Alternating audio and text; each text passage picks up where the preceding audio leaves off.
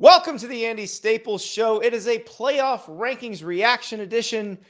And Ari Wasserman, what do we have to react to? The top 7 didn't even change. Don't they know this is a TV show? Why not flip-flop Michigan State and Michigan one more time for good measure? When I was watching the show, I was like waiting for it to happen just to see if your theory of this is a TV show came through. But I don't even know if you could possibly, there's no possible rationale that you could do for that, right? You couldn't do it after you put Michigan there and then they beat Penn State at Penn State. You couldn't do it. You just couldn't. Unless they wanted to prove that it was a TV show. Yeah. So it is interesting though, because I find myself looking down the rankings and now it's what does it take for this program to get in? Who has to lose for Oklahoma State to get in? Is there any way Notre Dame gets in? Because I remember I went on a Vegas-based radio show a few weeks ago, and they asked me what the chances were of Notre Dame getting in. I said 0%. Because as long as Cincinnati had a loss, an 11-1 Cincinnati was going to get in over an 11-1 Notre Dame. Like, you probably can't do that, even though Notre Dame's schedule is probably harder. So that's the problem for Notre Dame. It's not that Cincinnati's undefeated. It's that even if Cincinnati loses, Notre Dame is probably still behind Cincinnati. But Oklahoma State, I look at it 9. I don't know if I agree with that. Yeah. You think I'm wrong on that? If Cincinnati were to lose a game, I think that they would be completely out of the top 15. So you think Notre Dame, which lost to Cincinnati, would jump Cincinnati with the same record? Yes, head-to-head has already been proven to not matter. Until it does. Until they need it to rationalize whatever they want to do. Because it seems to matter with Ohio State and Oregon. It matters in some places and it doesn't matter in others. But there's no possible way that the committee would. I have my doubts that undefeated Cincinnati has a chance to get in. If they lose one game, they are completely finished. Well, and that doesn't mean anything for Notre Dame. They're playing SMU this weekend. This is a losable game. Absolutely. And I will go as far as to say if Cincinnati plays the way they have played the last 3 weeks, they'll lose this game. Yeah, absolutely. And the thing about Cincinnati that's the most interesting is I think we're past the point of where we're discussing how good their schedule is and how important the Notre Dame win is. I think they have to be sexy. There's no question about it. They need to win this game by 30. I don't know. I think that the only possible way that they can get in is if they blow out everybody by 30 for the rest of the year. And even then, I'm not sure they get in. I think if you have an 11-1 Notre Dame and you jump an 11-1 Cincinnati that beat Notre Dame at Notre Dame and beat them pretty solidly, there will be a lot of people, including me, who will go, why the hell do you even bother playing the games? This is ridiculous. Yeah, I mean, there's a lot of scenario where top teams in the country that have lost, head-to-head matchups are potentially going to walk through them without that mattering. I think that Cincinnati is a group of 5 team that needs absolutely everything 100% to go correctly. And if it doesn't, regardless of who they beat head-to-head, it's not going to work out for them. That's the way that I've been trained to view it over the years. But see, Notre Dame is the one I'm talking about, because if one loss, Oklahoma State passes Cincinnati, well, you can just say, we think Oklahoma State would have beat them if they played. But you cannot say that with Notre Dame because they played at Notre Dame Stadium. It's the same exact thought process that you and I have, that is if there's only one spot left for Ohio State and Oregon, that Ohio State would go. It's the same exact thing. But I don't think so. I think they take Oregon in that situation. Yeah. I think that your viewpoint is admirable. And I think that you view that the committee will do the right thing in the end of the road. I think the committee will do what it wants to do. What I think will happen is Utah will beat Oregon this weekend, and we're not even having the conversation anymore. I have a very hard time believing that Utah will lose to Oregon twice. That's the issue, because it's not just that Oregon has to beat them this weekend. It's that Oregon has to beat them this weekend and 2 weeks later or 13 days later. So that's the tricky part for me with Oregon. And that's why I don't get mad about any of this stuff now, because there's so much left to work itself out. And so I'm looking at Oklahoma State and they're sitting there at 9 and you're like, okay, 9 seems like a long way from 4. It's not really. 2 of Ohio State, Michigan, and Michigan State will be gone. That's right. They're going to be gone. They're going to play each other. One of them will be left, and that team will be in the playoff, assuming they beat Wisconsin if it's Wisconsin in the Big Ten title game. And the others will be gone. So don't worry about them. Oregon may be gone. Cincinnati may be gone. So if you're Oklahoma State, if you just keep winning, I would say there's a very good chance you wind up in the playoff if you win out. If Oklahoma State beats Oklahoma and wins the Big 12 championship, and Oregon wins out and Ohio State wins out, and there's like a 3-1 loss conference champions there for the mix, which two of those three do you think go? That is a great question because Oklahoma State didn't play a head-to-head against those guys, so then it's just your conjecture coming in. Yeah, it's like if you think who will have played the tougher schedule, and if you think that Oregon gets the automatic bid because they beat Ohio State out of those 2-3, then you have an Oklahoma State and Ohio State debate. Well, you also have Ohio State. If you go blind resume, Ohio State's going to have beaten Michigan State at that point. You know, those are going to be considered really good wins. Oklahoma State will have beaten Oklahoma, will have beaten Baylor once or twice, or will have beaten Oklahoma once or twice, and those will be considered really good wins. Oregon, in that situation, will have beaten Utah twice, which probably won't be considered as good of a win. In fact, if Oregon beats Utah this weekend, Utah's number 23. If Oregon wins Saturday, Utah's probably out of the rankings entirely. Yeah. It's just, I think that Oklahoma State's in a very good position if they win out, but I don't think they control their own destiny quite yet. I think they need Georgia to beat Alabama. No, they need something to happen. And we didn't mention the other part of it, the Georgia-Alabama thing. If Georgia beats Alabama in the SEC championship game, I don't think Alabama gets in. And we're also... You don't think? Why is it even a discussion? Because a lot of people refuse to believe that the committee will let go. It's like they Brokeback Mountain. I just can't quit you, Alabama. But that's not the case. I think they're that's out the case. If they lose to Georgia by 1. I think they would be out. And here's the other thing. And I'm not just because we spent half of Football and Grits on Monday talking about the potential of a 6-way tie at 5-3 in the SEC West that would involve Alabama losing to Arkansas and Auburn being the West champion. But I do think Alabama has a pretty tough road. Like having to beat Arkansas. Think about this. They have to beat Arkansas at Auburn, and then they have to beat Georgia in the SEC championship game to make the playoff. I just don't think they're going to do that. Yeah, I actually think that it's an interesting game against Arkansas because, ever since Alabama lost to Texas A&M, they've kind of gone into Death Star mode a little bit and have returned to looking like they're Alabama. No, they haven't. Did you watch the LSU game? Well, okay, but the last few weeks they've played some teams that they were against New Mexico State. What I'm saying is that I think that they're still flawed. Yeah, and they are. This team, Arkansas, is talented enough, as we spoke about 6 weeks ago, to make things a little bit murky. And I'm very interested to see what this game looks like. I know it's in Tuscaloosa, and it might not be, it could be blowout mode central if Alabama truly is the number 2 team in the country. But if there is some question or some doubt as to whether or not Alabama is untouchable as they've been in years past, and the implication by the committee by putting them at number 2 is that they're still that version of Alabama, I think that we're going to learn something this weekend.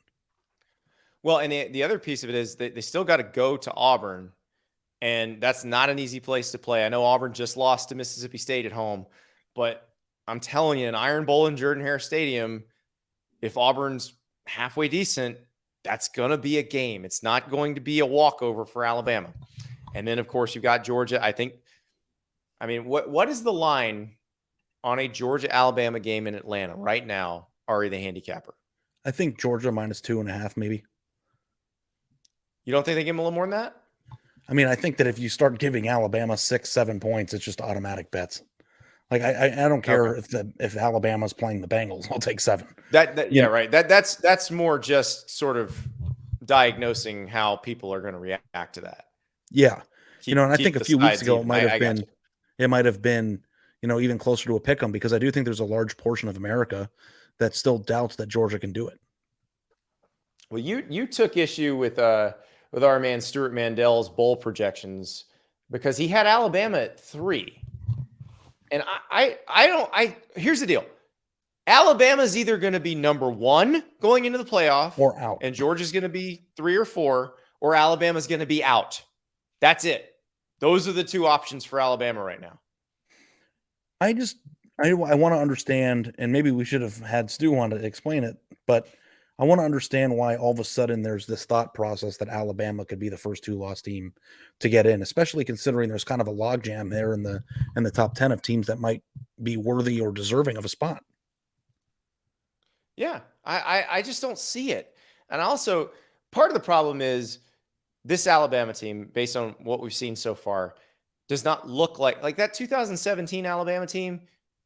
They had one tricky game against Mississippi State where they were very depleted at linebacker. They had to win it on a last-second pass from Jalen Hurts to Devontae Smith. They lost to Auburn that year. That Auburn team was nearly unbeatable at that point. And that Auburn team was in a position to be the first two-loss team to make the playoff had it won the SEC championship game, but Kerryon Johnson got hurt. They would look like a different team against Georgia the second time, and the rest is history. But this Alabama team does not remind me of that Alabama team. Yeah, I think that we're still in benefit of the doubt mode, benefit of the doubt mode with them. I don't see how the math works out to have Georgia at number 1 and Alabama at number 3. Like maybe if they play like a 7 overtime game in the SEC championship game, I guess. But even then, they'd probably still be 4. Yeah, if they're in at all. If they're in at all. But I think that Alabama's playing control its own destiny. Win out, you're in. Lose once, you're out. I don't care what it looks like. So let's go a little bit down the rankings, because I'm interested in who makes the New Year's Six bowls, and I'm looking at Stewart's projections, and he's got Wake Forest winning the ACC and going to the Peach, which would be can I interrupt you there for a second, Andy? Wake Forest. Is Wake completely dead in the playoff discussion? I don't think so, but I think it would take a lot of chaos, because I think they would be the last one-loss conference champ to get in of the Power Five. Yeah. I just assume that their one loss is against a non-conference opponent, right? And if they can go on a non-conference opponent that happens to be in their conference, and their non-conference schedule, like they're other than North Carolina, which they lost to, which is 5-5, by the way. They beat Army. That's probably their best non-conference win. Yeah. And the conference is weak. I mean, they've got to beat Clemson this week to stay in contention, slim playoff hope.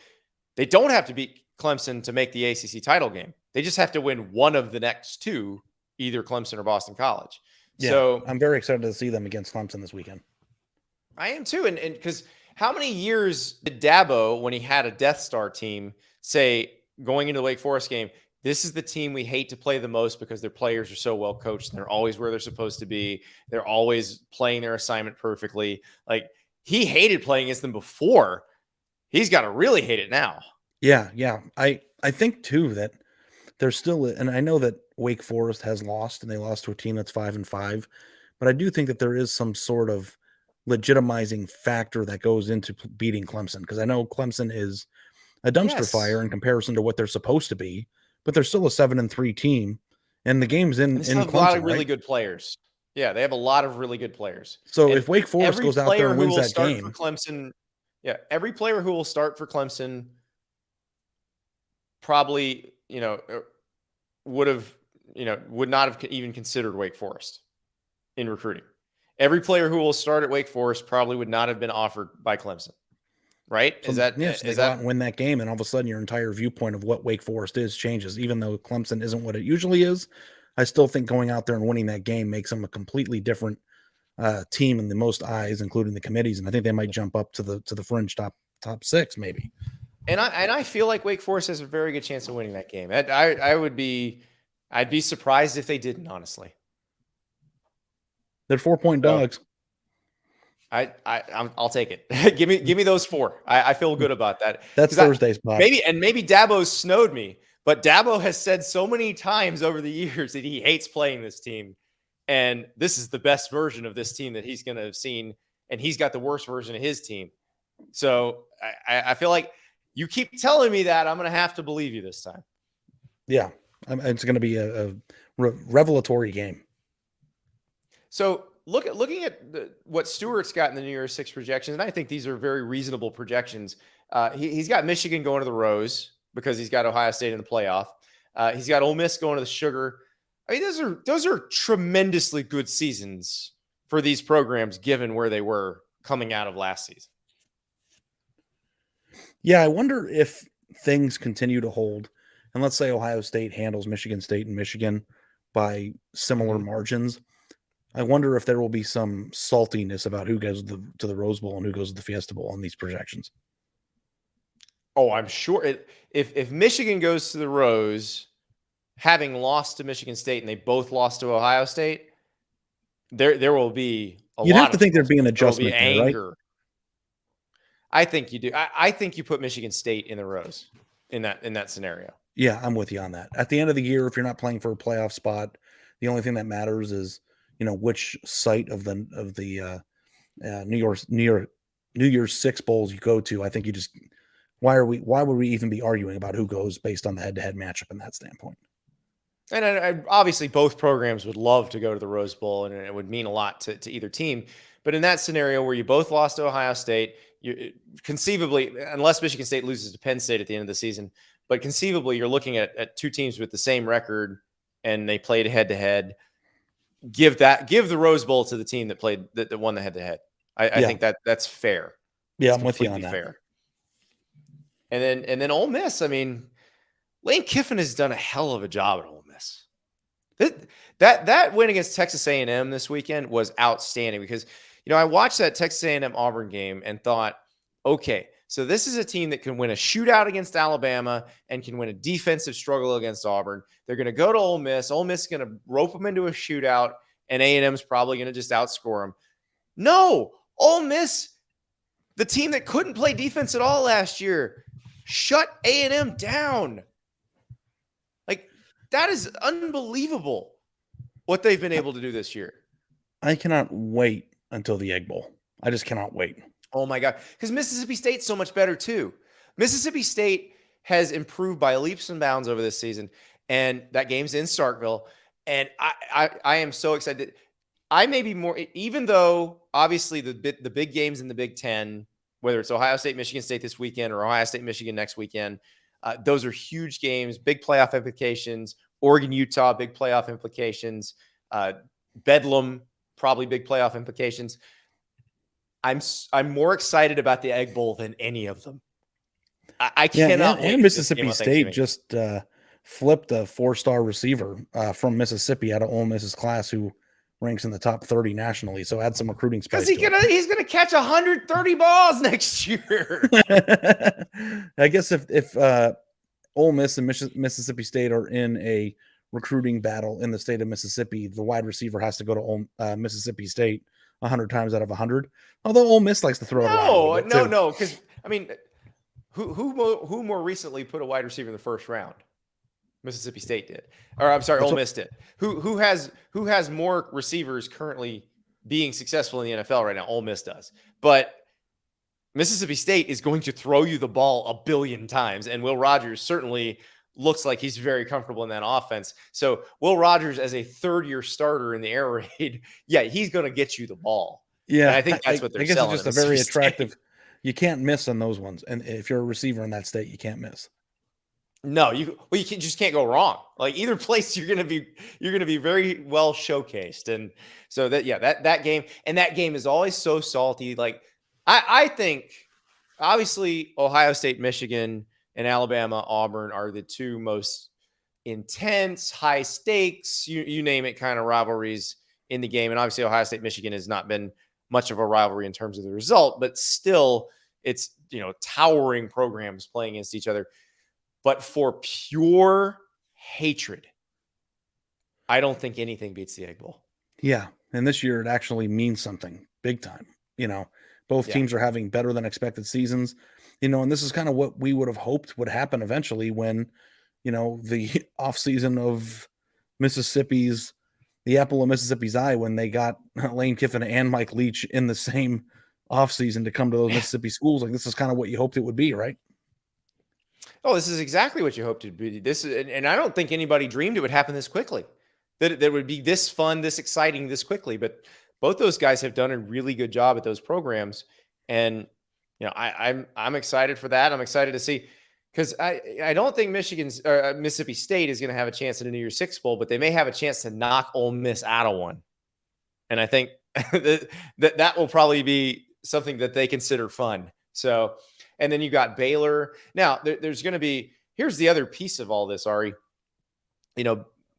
Bruce Feldman has written about Dave Aranda possibly being one of the potential choices at USC. Before these guys get to where they're going, there may be some shakeups. This coaching carousel is going to get wild because we're recording this Tuesday night. Justin Fuente got fired Tuesday morning. Jimmy Lake got fired at Washington on Monday.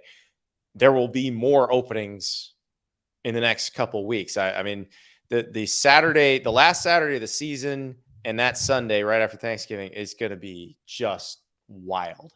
Isn't it crazy that all the coaches that I've given a hard time for not recruiting very well on this podcast are all getting fired now? Funny how that works, Ari. It's very interesting. It's almost as if that matters. And yeah. Yeah, if you sign the number 76 class in America, 3 years later, your pink slip's on its way. I don't care what happens. Yeah, and we've talked a lot about it. And I obviously, where I live, I've had to answer a lot of questions about recruiting and where it falls and how important it is. And at Florida, they expect national championships. If you're not recruiting to a certain level, you don't really have a chance to win a national championship. That's not unique to Florida. That's everywhere. But everybody has their level that they need to be recruiting at. And like Virginia Tech needs to be recruiting at a top third of the ACC level. And, basically, I don't know, North Carolina is probably a little higher right now than you'd think. So North Carolina and Clemson are kind of at the top. Florida State's trying to get back there. But Virginia Tech should be right below that tier. And then in Frank Beamer fashion, develop the ones you get so that you can then compete with those teams in the top tier. That's what Frank Beamer did. That's what you're expected to do at Virginia Tech. And we'll see who they hire. You don't have to get top 5 classes, but please do get top 30 classes. Top 30 is the litmus test, I think. Well, this is interesting. I'm glad you mentioned this. And I know this is the playoff ranking reaction show, but there's not much to react to. So let's talk about this. Some of these jobs that are open. Ari, what sort of classes should TCU be signing every year? Like what's the right level for TCU where you can be competitive in what the Big 12 is going to be? Probably in the top 40s. And I think that's doable given your location. Yeah.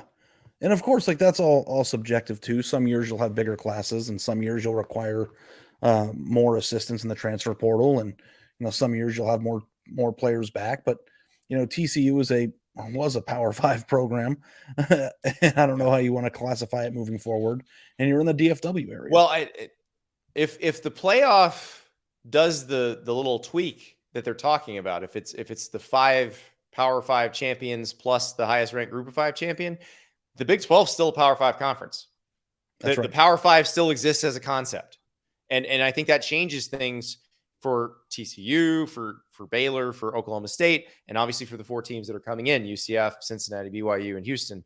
I think that changes things considerably, and changes where you feel like you should be recruiting at that point. Yeah, I mean, so like if you're Houston, you think you can get a much better class. UCF, if your league champion is guaranteed a spot in the playoff, just like the SEC's champion is, and just like the ACC's champion is, like if you're UCF, you suddenly feel like you should be competing with Miami and Florida State and Florida for players.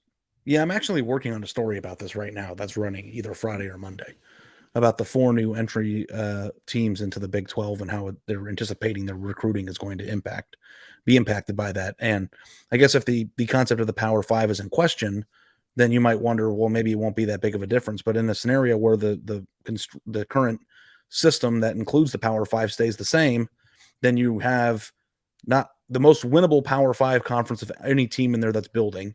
You can have access to more players than any other conference in the country, maybe, being in the state of Texas. And like Houston is in the most densely populated city in America for recruiting. And, they might be a bigger player now with some of the prospects that, are in that city. Let me ask you a trivia question, because I just looked this up with my editor, Mitch Light, today. How many blue chip 4-star prospects or better do you think Houston has signed since 2002? Ed Oliver and then the one receiver, so 2. It's been 5. Sprayberry or what was his Yes, name? I have it Greenberry. all in front of me right Greenberry here. was his last name. Yeah, Yeah. you are an encyclopedia of college football knowledge. I'm always very impressed with the things that you remember off the top of your head. Because But it's I'm a look it 5? up and have Wow. it on a spreadsheet kind of guy. Yeah, Greenberry in 2012 from Fresno. Woohoo! Ed Oliver, Trendavian Dixon in 2016, Courtney Lark in 2016, all those from Texas. And then Greenberry was from So those are Fresno, and Tom then John Herman Clark, who signees. was a tight end from Idaho, which I don't even know how that happens. But the fact of the matter is like how many blue chip prospects come out of the city of Houston every year? Like 50? Like I don't know. Oh yeah. Yeah. So Yeah. I think that you can make a case that Houston, of all the 4 teams that are going into the Big 12, will probably have the biggest boost, right? Them or UCS. Well, I mean, I don't know. I UCF. mean, I'd like to hear your take on this. well, okay. Let's look at UCF. So, who has an easier chance to make the play? Who's an easier path to the playoff? And this is assuming the Big 12 champion gets in automatically. Who has an easier path to the playoff? Miami, Florida State, or UCF? UCF. Absolutely, because Clemson still exists. Florida, at this point, does not have as easy a path to the playoff, but the SEC still carries a lot more cachet than the other 2 leagues, so that probably helps them a little bit. But if you're UCF, you have a legitimate argument that you can make against all 3 of those to say you can make the playoff more easily here than you can at any of those 3 places. And I don't Houston know could if not that make the same sells. argument because the other schools in Texas are in the same conference. Correct. It's a little bit tougher. But Cincinnati. Now, here's the thing: can Mark Stoops go into Ohio and get the same players? If Cincinnati can say, you could make the college football playoff here, you're not going to make the college football playoff going to Kentucky. Yeah, Cincinnati has actually battled pretty well for those players already. So, I Correct. think if you're asking the question of who has the most to gain, I would think that it would either be UCF or Houston. And you make a very interesting point about UCF being the Florida school in the Power 5 with the easiest path. But UCF has had over 10 blue chip prospects since 2007. And Cincinnati has roughly 10 since 2009. So, of all the, And a I'm lot of actually the quite Cincinnati surprised. ones have been very recent. Yeah, They're and almost all BYU, Fickle era guys. of all of them, has the most. And I don't know if that's the Mormon connection, probably is. But of all the schools that have the most to gain, it seems like Houston, surprisingly, as the one that has the highest ceiling to improve into. I think it's going to be fascinating because really it depends on how they decide the playoffs going to work. And I wrote this last week. Greg Sankey at the SEC has said he doesn't necessarily like that 5+1 automatic bid deal because they don't want a fluky conference champ making it. But if you're Greg Sankey, like it's not a deal breaker. It's not a deal breaker like an 8-team one with 6 auto bids would be for him. He will not say yes to that. But he might say yes to this. And here's why I think he should. Because if you say Bob Bowlesby in the Big 12, I'm going to give you this. I am going to say yes to this and not stand in the way of this. You've legitimized the Big 12 again. You have increased the value of the Big 12's next TV deal. It may not be as much as it was with Texas and Oklahoma in there, but it's not going to be as little as it would have been if there was no guaranteed playoff spot. If there's a guaranteed playoff, if you're doing a TV deal, one of these teams is guaranteed to make the playoff is worth more than one of these teams might make the playoff. That's right. And so if you're Greg Sankey, you horse trade that. You say, listen, Bob, I'm going to stay out of the way on this and say, let's do it. And how about you make it a little easier for Texas and Oklahoma to get to my league so we can all get on with our lives? Yeah, I love the back channeling ideas. Mm-hmm. Listen, it's all about leverage. It's all about incentive. Life is all about incentives. And if you're the Big 12, that is the best incentive there is. That makes you a different league than the other plan does. So if you're the Big 12, that it means more to you to get that than anybody else. I think that means a lot to the Pac-12 too, but it means the most to the Big 12.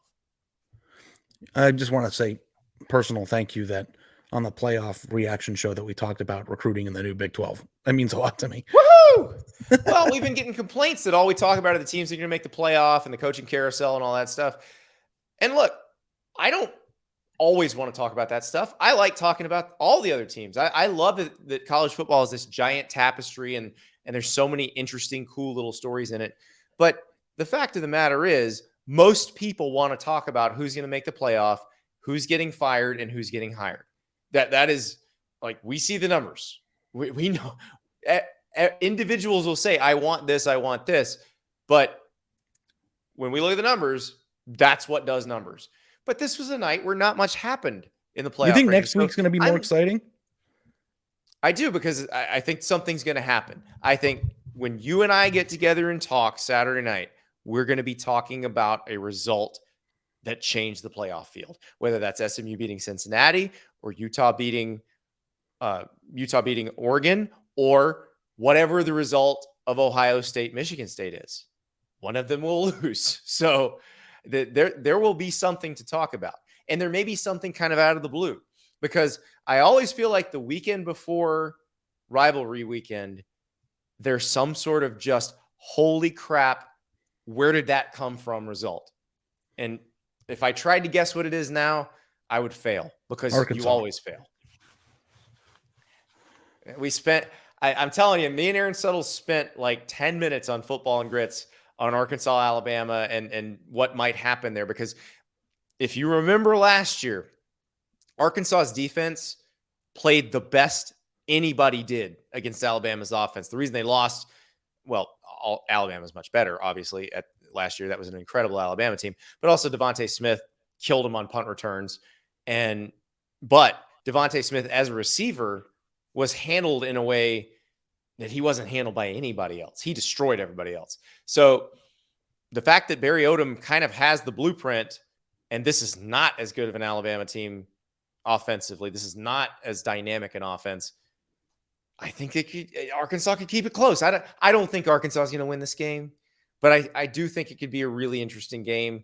And if they do win, then it's the possibility of the old 6-way tie remains to be seen. I hope that happens just for your sake, bud.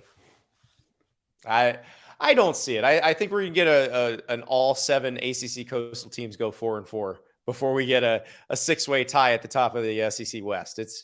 It's probably not going to happen, but I am just intrigued to think about what will, and maybe, when you and I get back together for Friday's show, we need to talk about that. What will be and maybe make a bet on it. Can we guess what the holy, what matchup is going to be? Yeah, I think I might go on record now and say Arkansas. It seems to make sense. Okay. And the thing I'm wondering too, and I guess we should save it for the show that we're going to have in a few days, but I'm wondering if Alabama has to win sexy or look sexy to maintain its number 2 spot. And I don't know if that really matters, because it's kind of Ari, them numbers on the helmet are always sexy. That's true. Always sexy. It doesn't even matter. They're winning. You ain't got to worry about sexy if you're Alabama. You were born sexy. So yeah, that's not the problem. But they do have to keep winning. I know everybody wants to create a scenario where a 2-loss Alabama is in the playoff. I don't know if there is one without a lot of other chaos going on. I think that the scenario that gets Alabama in the playoff is beat Arkansas, beat Auburn, beat Georgia. And then you're the number 1 seed. That's it. It's that simple. Just win, baby. Al Davis had it right. Ari, it's been a pleasure. Talk to you on Friday's show.